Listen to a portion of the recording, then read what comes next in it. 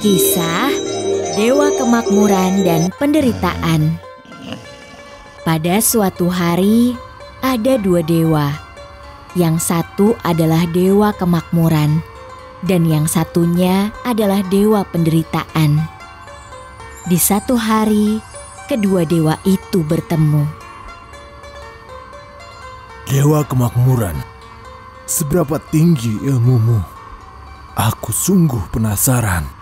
Sebagai Dewa Kemakmuran, tentulah ilmuku sangatlah tinggi. Jika ada seorang pelayan yang dibenci dan tidak dihormati oleh orang-orang, saat aku menggunakan ilmuku untuk memberkatinya, orang-orang akan langsung menyukai dan menghormatinya. Dia pun bisa jadi kaya dan mendapat kekuasaan di kerajaan. Wah, dari apa yang aku dengar, kekuatanmu memang sungguh menakjubkan. Lalu, bagaimana denganmu? Aku juga ingin tahu. Saat aku menggunakan kekuatanku untuk merasuki seseorang, maka orang tersebut akan dibenci dan kehilangan semua kekayaannya. Bahkan, dia hanya akan jadi seorang pelayan. Aku menemukan seorang pelayan juragan bernama Tom.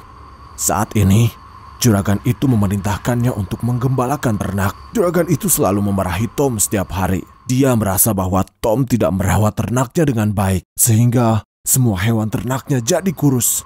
Dewa, aku ingin kau merasuki Tom. Jika kau bisa membuatnya kaya dan makmur, maka aku akan mempercayai kekuatanmu itu. Boleh. Lihat saja nanti, Dewa. Besok aku akan merasuki Tom, pelayan juragan itu. Tak lama dari situ, dia akan langsung mendapat kekayaan dan kemakmuran.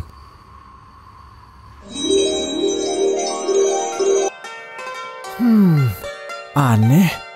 Kenapa aku tiba-tiba merasa senang dan segar begini?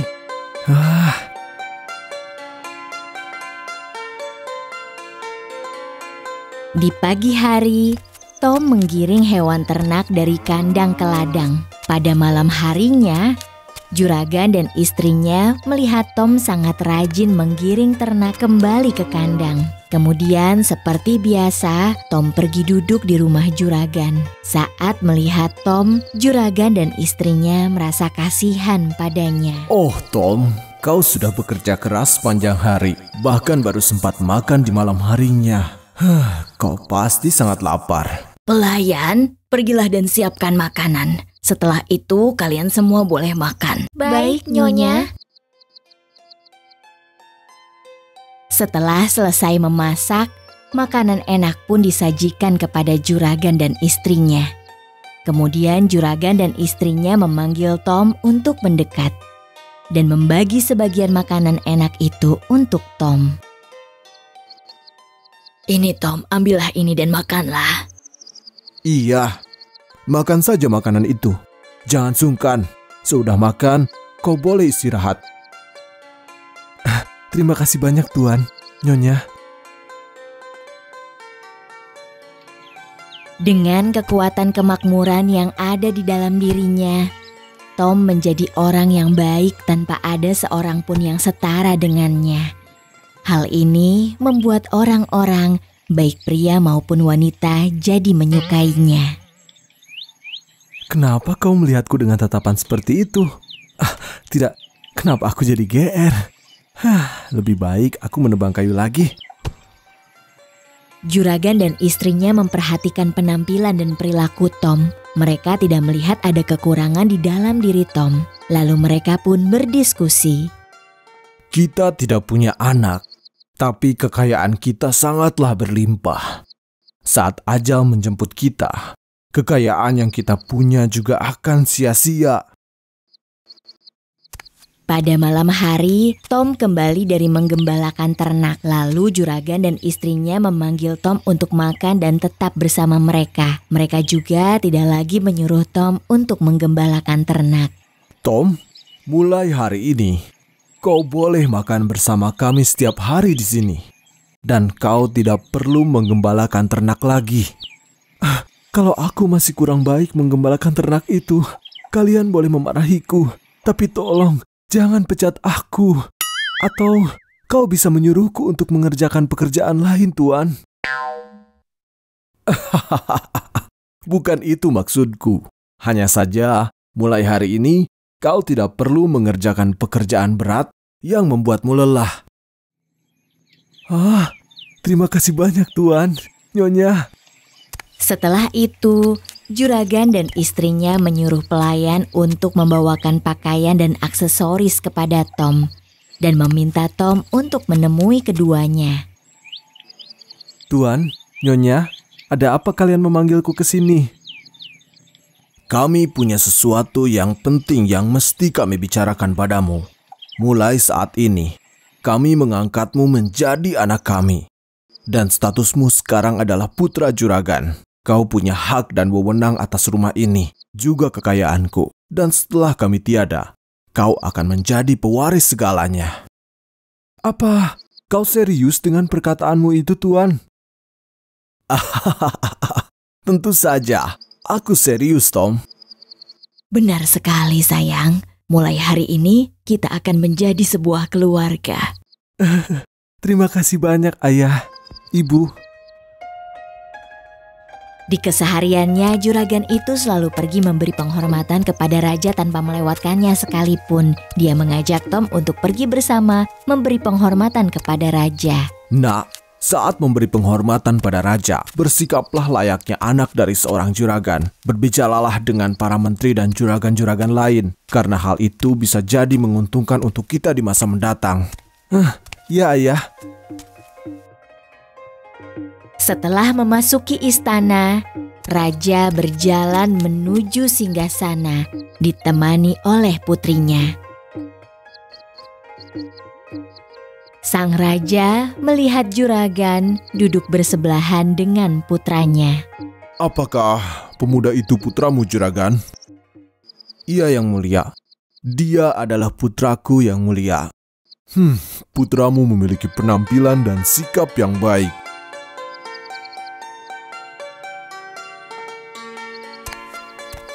Setelah penghormatan selesai, raja dan putrinya kembali ke dalam. Setelah kembali ke rumah, Tom tiba-tiba menjadi pendiam. Hal ini membuat juragan dan istrinya bingung. Nak, apa yang sedang kau pikirkan?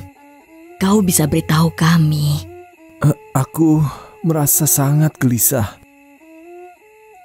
Memangnya apa yang membuatmu gelisah? Aku melihat sang putri dan dia begitu cantik. Hal itu yang membuat aku tidak bisa berhenti memikirkannya. Ayah, Ibu, tolong nikahkan aku dengan sang putri. Kalau tidak, lebih baik hidupku sampai sini saja.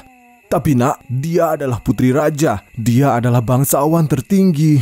Putra kita sangat mencintai sang putri. Bukankah lebih baik jika kita mencobanya dulu? Siapa tahu raja mau memberikan belas kasihnya kepada kita.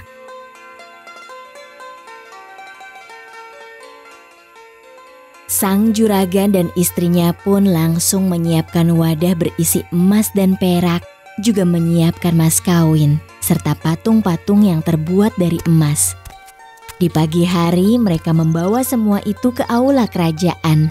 Sang raja keluar untuk memberi penghormatan kepada para bangsawan dari semua kasta. Salam Raja Agung. Persembahan kali ini sepertinya tidak biasa. Juragan, ada apa ini sebenarnya? Dengan kerendahan hatiku, ampunilah kelancanganku dengan hormat yang tak pernah henti di atas debu kaki yang mulia. Aku memohon kepada yang mulia untuk memberikan sang putri dan menikahkannya dengan putraku. Begitukah? Kau tidak perlu khawatir. Aku sama sekali tidak keberatan dengan hal ini. Aku senang dan aku mengizinkan putramu untuk menikah dengan putriku. Terima kasih atas kebaikanmu yang mulia. Setelah raja memberikan izinnya, dia langsung menugaskan para menteri untuk mengatur acara tersebut dan meminta peramal menentukan tanggal yang baik. Pada akhirnya, putra juragan dan putri raja pun menikah dan dianugerahi kekayaan yang berlimpah. mengenai dewa penderitaan. Setelah melihat kekuatan dari dewa kemakmuran, dewa penderitaan pun datang menemui dewa kemakmuran. Dewa kemakmuran, sekarang aku percaya bahwa kekuatanmu bisa membantu Tom menerima kekayaan yang berlimpah. Kali ini, tunggu dan lihatlah kekuatanku. Dewa kemakmuran pun keluar dari tubuh Raja Tom. Kali ini, giliran dewa penderitaan yang masuk ke dalam tubuh Raja Tom. Semenjak dewa penderitaan merasukinya, Raja Tom menjadi kejam dan pemarah.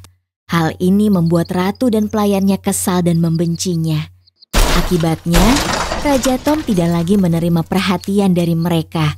Semua pejabat, dari mulai pangkat yang rendah hingga tinggi pun, sama-sama tidak menyukainya. Mereka hanya ingin ayah tirinya Raja Tom kembali mengambil kekuasaan itu.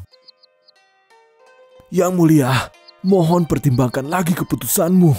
Kita semua percaya bahwa raja saat ini tidak memiliki kemampuan untuk memegang sebuah kerajaan. Jika ini terus berlanjut, aku khawatir akan terjadi sesuatu yang buruk di kerajaan ini. Perkataanmu cukup kasar. Aku mengerti kekhawatiran kalian. Tapi untuk masalah ini, aku tidak bisa segera mengambil keputusan. Sekarang, kalian semua boleh pergi. Baik, Yang Mulia. Raja Tom marah dan gelisah karena dia ingin pergi ke danau. Lalu dia mengajak ratu dan para pengawal untuk pergi ke sana. Di danau, yang didengarnya hanyalah suara sapi dan kerbau. Raja Tom pun teringat akan kehidupannya di masa lalu. Mendengar suara-suara ini mengingatkanku saat aku menjadi pelayan juragan yang punya tugas untuk menggembalakan hewan ternak. Waktu berlalu begitu cepat. Raja pun menangis. Melihat hal ini, ratu langsung bertanya kepada suaminya itu. "Sayang, ada apa? Kenapa kau menangis?" Bagaimana bisa aku membohongi diriku sendiri, sayang? Aku bukanlah putra juragan. Dulu, aku hanyalah pelayannya. Mereka menyuruhku menggembalakan ternak mereka. Mendengar suara sapi itu, aku jadi teringat diriku yang dulu. Sang ratu mendengar dengan jelas bahwa Tom adalah pelayan juragan itu. Hatinya langsung tertekan. "Ya ampun ayah, seharusnya ayah tidak mengizinkanku menikah dengan seorang pelayan. Terlebih kau juga sudah memberikan semua kekayaanmu padanya." Sang ratu yang murka memerintahkan para pengawal untuk membawa mereka pulang kembali ke kerajaan. Setibanya di istana, dia menceritakan kepada ayahnya tentang semua yang dikatakan Raja Tom saat dia menangis. Mengetahui hal ini, ayahnya begitu marah. Dia memanggil juragan dan istrinya dan memarahi mereka dengan keras. Pada akhirnya, Raja Tom dikembalikan ke kedua orang tua angkatnya itu. Kemudian raja kembali mengambil alih seluruh kekuasaan dan kekayaan di kerajaan itu. Sang juragan dan istrinya membawa Tom pulang, memarahi dan memukulinya. Sejak itu, mereka tidak lagi menganggapnya sebagai anak. Tom, bagaimana bisa kau melakukan hal ini, ha? Aku, ayah. Jangan sakiti aku, ayah. Ternyata hanya mimpi. Mimpinya aneh sekali. Dari seorang pelayan menjadi raja dan jadi pelayan lagi. Sepertinya aku harus menjadi orang baik seperti ketika dewa kemakmuran merasukiku. Dengan begitu, hidupku pasti lebih baik. Oh gawat, aku harus segera menyelesaikan pekerjaanku. Hei Tarot, kenapa kau memakan rumput milik orang lain? Kalau pemiliknya tahu, aku pasti kena masalah.